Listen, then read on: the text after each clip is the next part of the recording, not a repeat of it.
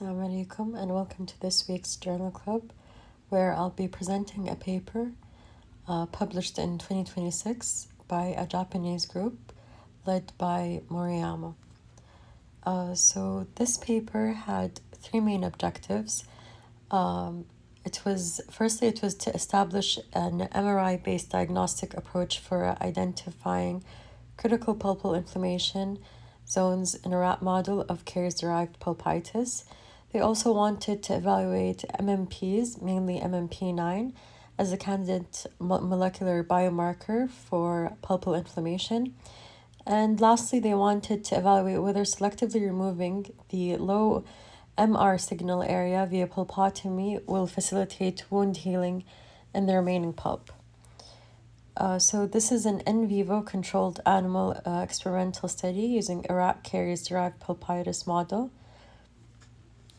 For the sample size, they had 4 rats, which were evaluated weekly from 28 to 70 days. And for the MR signal ratio quantification, they had 6 animals per group. And they had 4 groups. It was either sound, moderate, severe, or exposed.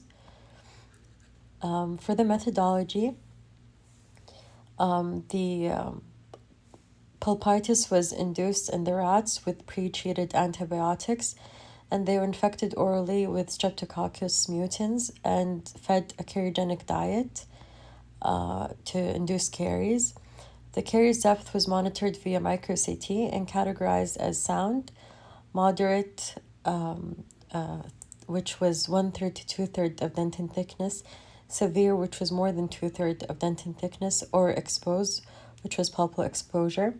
For the imaging protocols, weekly T2 weighted and T2 mapping imaging was done using a 7 Tesla ultra-high magnetic MRI field along with micro-CT. For the internal calibration, the deep masseter muscle was selected as an internal control due to its stability in the T2 values over time across the models. For histology and immunohistochemistry, they used H&E staining for the tissue structure and immunohistochemical staining for the CD4-3 cells and CD6-8 cells, which were the macrophages, and MMP9, which was the severe inflammation marker. In the exposed group, the low MR signal area was mechanically removed, capped with ProRoot MTA, bonded and restored with composite resin, and outcomes were evaluated 6 weeks later via the MRI, micro-CT, and histology.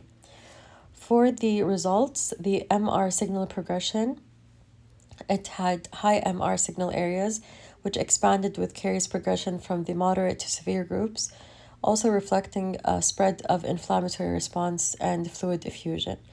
In the low MR signal in the exposed group, it showed a significantly lower MR signal ratio compared to the sound, moderate, and severe groups.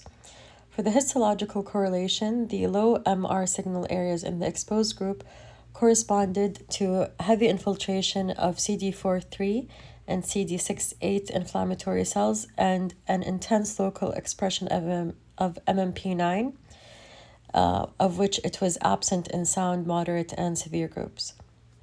For the pulpotomy outcome, after removing the low MR signal areas, the remaining pulp tissue achieved successful healing 6 weeks post-operation, which was characterized by tertiary dentin formation, absence of pulpal necrosis and apical periodontitis, and complete loss of the CD4-3, CD6-8, and MMP9 expression.